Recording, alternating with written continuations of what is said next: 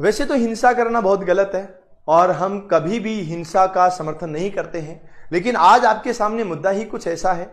और मुद्दा यह है कि अगर कोई सरकारी अधिकारी कानून तोड़ता है तो उसके ऊपर कोई नियम नहीं लगता, लेकिन अगर कोई आम आदमी कानून तोड़ता है तो उसके ऊपर झूठे सीधे कुछ भी करके, उल्टा सीधा कुछ भी करके, एक नहीं 50 नियम लगा दिए जाते हैं। आप पीछे 2 खबर देख रहे हैं।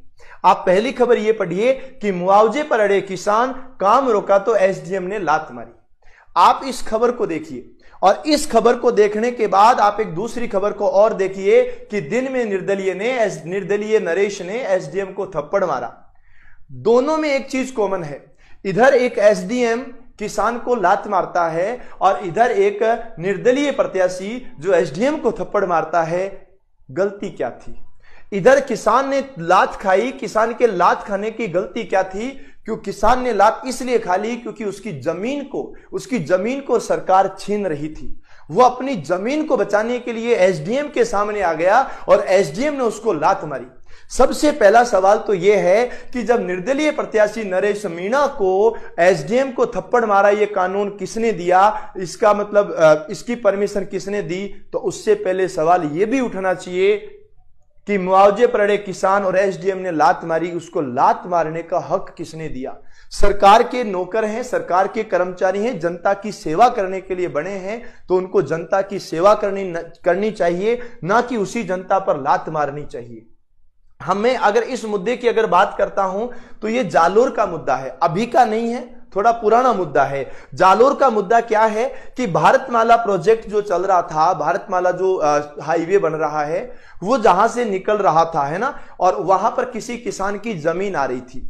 अब किसान की जमीन, किसान का मरण भरण सब कुछ उसी के अंदर होता है। उस जमीन को बचाने के लिए, जमीन के उचित मुआवजे के लिए, जमीन भारतमाला प्रोजेक्ट के अंदर चली गई तो आगे का भरण पोषण करने के लिए मुआवजा मांग रहा है, जो कि उसका हक है। वो मुआवजा जब मांग रहा है तो वहां पर एसडीएम साहब आते हैं, साथ में वर्दी वाले पुलिस वाले भाई साहब भी आते हैं, और ये वर्दी वाले पुलिस वाले भाई साहब और एसडीएम दोनों मिलते हैं और एक किसान के ऊपर लात मारते हैं। केवल एक ही किसान पर नहीं, ये मीडिया बंधुओं का बहुत बहुत धन्यवाद कि उन्होंने फोटो भी खींचा, लेकिन एक ही नहीं, बहुत से किसानों को मारपीट करते हैं इसलिए कि उन्होंने अपनी जमीन के लिए आवाज उठाई थी। और यहां की अगर मैं बात करता हूं कि निर्दलीय जो प्रत्याशी हैं नरेश मीणा, उन्होंने एसडीएम को थप्पड़ मार दिया। जब इन्होंने एसडीएम को थप्पड़ मार दिया तो नीचे से लेकर के ऊपर तक के सभी कर्मचारी एसडीएम साहब के पक्ष में आ गए। यहां पर आ रहा है कि एसडीएम को थप्पड़ मारने का विरोध, आरोपी पर कार्रवाई की मांग। मैं सभी साथियों से यह पूछना चाहूंगा कि जिस दिन किसान की लात मारी जा रही थी, उस दिन ये वाले लोग कहां पर थे? उस दिन ये बनावटी लोग कहां पर थे? जब किसान को लात मारी जा रही थी, एक ने भी मुंह नहीं खोला।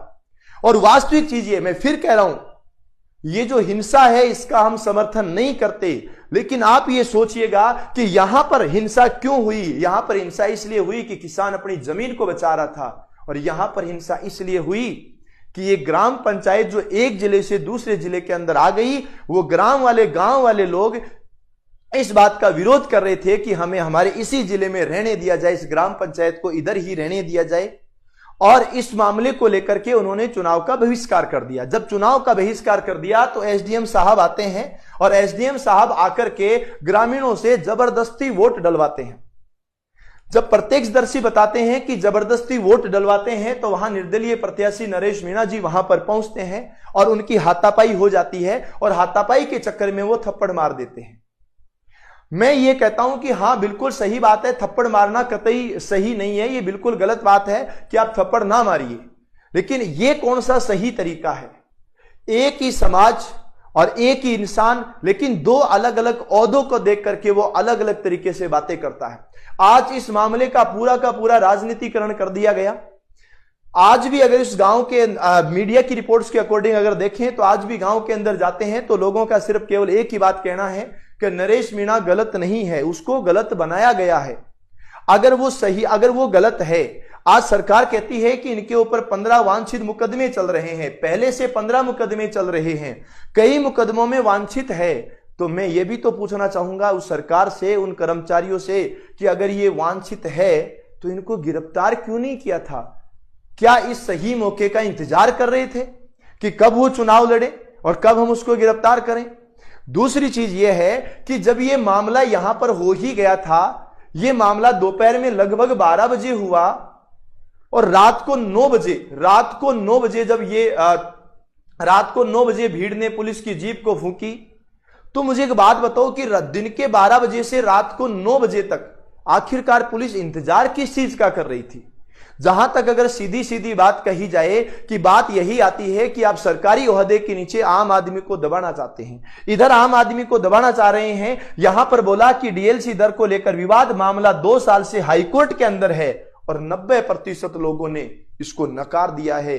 फिर भी जमीन छीनी गई, भारतमाला प्रोजेक्ट वहां पर निर्माण किया गया और वहां पर जब विरोध किया तो यहां पर लात घुसे भी पड़े। ये दोनों खबर आपके सामने है। अब मैं आपसे बस इतना सा पूछना चाहूंगा कि यहां पर लात मारने वाले पर अभी तक कोई कार्यवाही नहीं हुई, तो यहां पर थप्पड़ मारने वाले को लेकर के इतना बड़ा बवाल क्यों बना हुआ है? मैं ये नहीं कहना चाहता कि बवाल क्यों बना है, मैं ये कहना चाहता हूं कि जब कार्रवाई इधर हो सकती है तो कार्रवाई इधर क्यों नहीं हुई, ये हम यहां पर आपसे पूछना चाहेंगे। मेरा सेशन कैसा रहा आप मुझे कमेंट से जरूर बताना, और मैं सच बता रहा हूं, आवाज उठाओगे तो आपकी आवाज कोई दबाने वाला नहीं होगा। जय हिंद।